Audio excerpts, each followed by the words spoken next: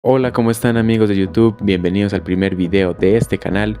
Yo soy Santi y en este video haré una introducción a la zoología. Para hacer esta introducción hablaré de muchos temas los cuales no voy a entrar mucho en profundidad, ya que estos merecen su propio video y son muy extensos. Entonces voy a hacer una explicación de cada uno de ellos para que se pueda entrar en contexto de lo que es la zoología. Bueno, algunos de estos temas son el origen de la vida, un poco de evolución, un poco de animales, sus características, qué tipos hay y también se hablará un poco de su comportamiento. Eso es todo lo que veremos hoy, así que comencemos.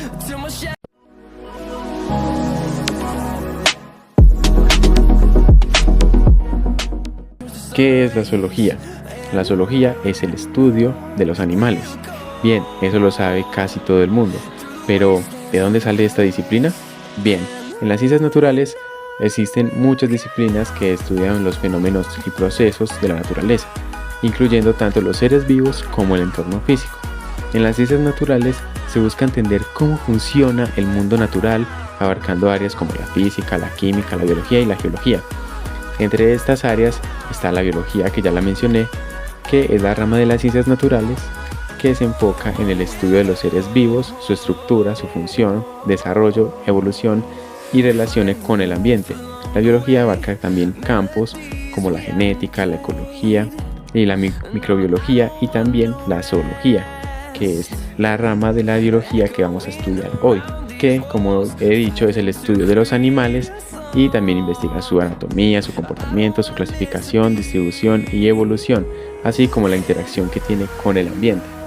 En resumen, la zoología es una rama de la biología que a su vez es una rama de las ciencias naturales. Bien, ahora me quiero enfocar un poco en la biología, ya que de ahí para abajo se empieza a hablar sobre seres vivos. ¿Y qué es un ser vivo? Para resolver esto, también tenemos que saber qué es la vida. Para entender qué es la vida, primero debemos conocer un término de termodinámica que se llama entropía, la cual es el grado de desorden o aleatoriedad de un sistema. A medida que los sistemas tienden al desorden con el tiempo, la entropía aumenta. En términos energéticos, representan la energía que no se puede usar para realizar un trabajo. Es una tendencia natural hacia la desorganización en cualquier proceso físico o biológico. ¿Y eso qué tiene que ver con la vida? Bien, lo voy a explicar con un ejemplo. En este caso voy a hablar de mí. Entonces mi cuerpo, a pesar de que el entorno en el que estoy tiende al desorden, como lo había explicado, mi cuerpo usa energía obtenida de los alimentos para mantener su organización interna, reparando tejidos, creando células nuevas, manteniendo funciones vitales. Esto permite que mi organismo mantenga su estructura y funcione correctamente, resistiendo el aumento natural de la entropía. Eso quiere decir que si yo me llego a morir, mi cuerpo va a ser parte de ese desorden. O sea, mi cuerpo va a quedar con la misma temperatura del ambiente, ya no va a tener funciones metabólicas, o sea, se pierde todo. Entonces, la vida es la lucha contra la entropía, contra ese desorden. Bien, de acuerdo al ejemplo que acabo de dar, podemos sacar algunas características de los seres vivos. La primera de ellas es tener una o más células, ya que las células son las que nos ayudan a que nosotros funcionemos. 2. El flujo de materia y energía del entorno.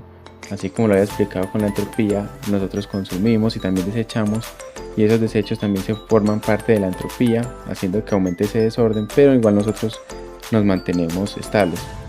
Que ahí seguiríamos con la homeostasis, que es el mantenimiento de un equilibrio interno a pesar de los cambios en el entorno externo. La 4. Tenemos reproducción asexual o sexual sin depender de otro. Esto ocurre en las células. Y 5. Tenemos evolución. Ahora vamos a viajar 4.600 millones de años, que es cuando se creó la Tierra. Y te preguntarás, ¿cómo sabes la edad de la Tierra? Bien, existe una técnica llamada datación radiométrica que se usa para buscar la edad de las rocas por medio de la medición de distintos elementos de la tabla periódica. Gracias a esta técnica, los científicos pudieron calcular cuántos años tiene el planeta en el que vivimos. Entonces, hace aproximadamente 4.600 millones de años se creó nuestro sistema solar, y ahí el planeta Tierra se mantenía muy caliente, ya que constantemente era bombardeado por meteoritos. lo cual hacía que se elevara la temperatura en el interior del planeta, y eso hacía que los metales que ésta contenía se pasaran de su punto de fusión.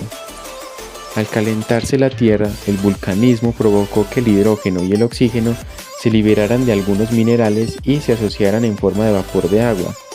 Adicionalmente, los cometas que colisionaban contra el planeta podían aportar agua en forma de hielo. Este vapor de agua ayudó al enfriamiento progresivo de la atmósfera, en la cual se precipitó el vapor de agua en forma de lluvia, que se evaporó de nuevo al contacto con la Tierra, ya que estaba muy caliente. Finalmente, la temperatura descendió lo suficiente para soportar un océano líquido. Este proceso duró hace aproximadamente hasta 3.800 millones de años atrás, y con la posición privilegiada de la Tierra en el sistema solar le permitió tener agua líquida en forma permanente, lo cual es esencial para la existencia de la vida. Bien, ya sabemos qué es la vida y qué características tiene un ser vivo, pero ¿cómo surgió la vida? Para esta pregunta no se tiene una respuesta definida, ya que no hubo nadie que comprobara cómo surgió todo. Para esto solo existen algunas teorías que nos ayudan a comprender un poco sobre nuestro origen. La primera teoría es la de la generación espontánea, que fue dicha por Aristóteles y afirmaba que cada uno de los elementos primarios como el aire, agua, tierra y fuego produciría un determinado tipo de organismo.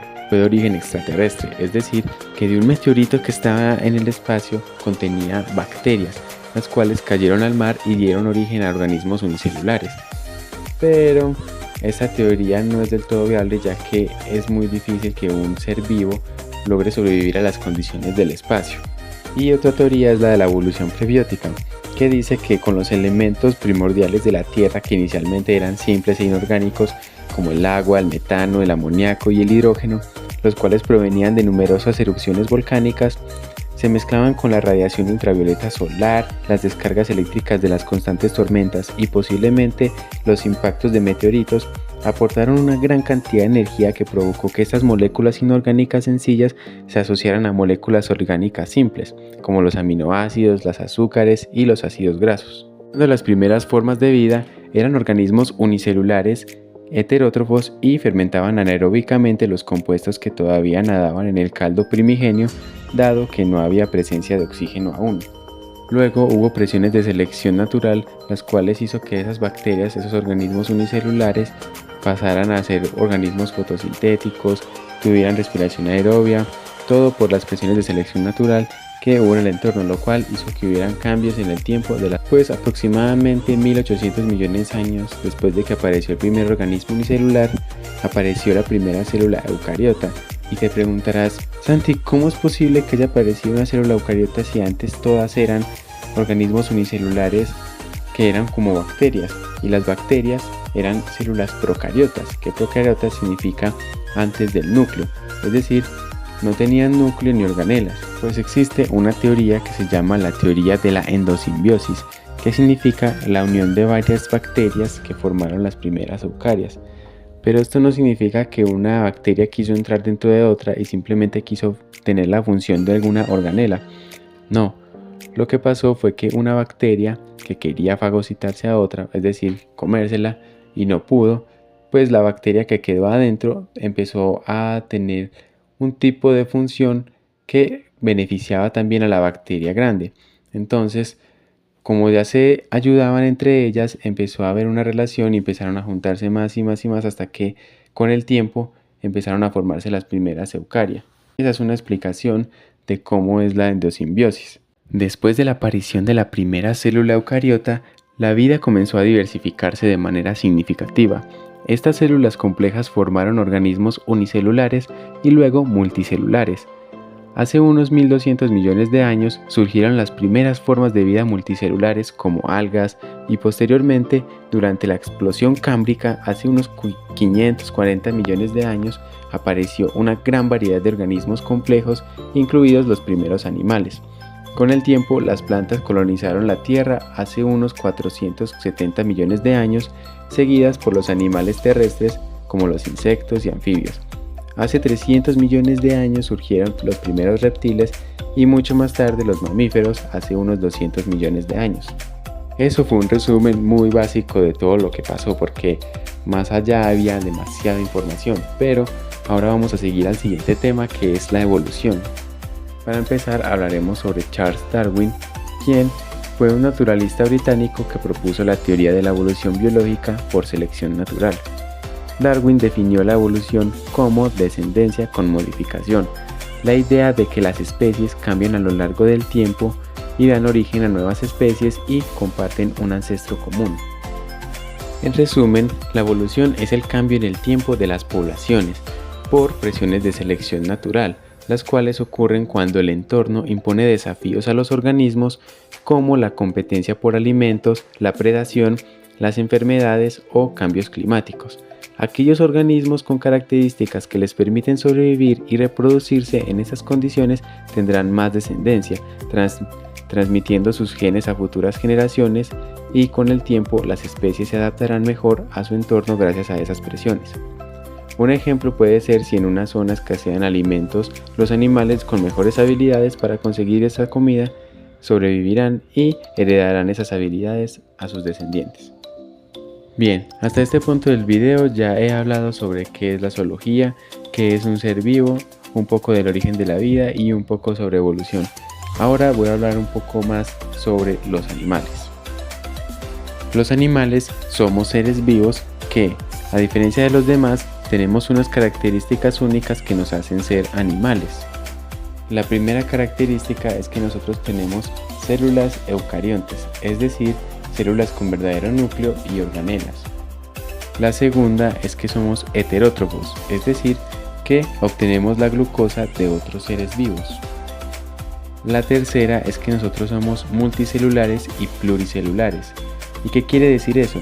Multicelulares es que tenemos muchas células del mismo tipo, y pluricelulares significa que tenemos muchas células pero de diferentes tipos.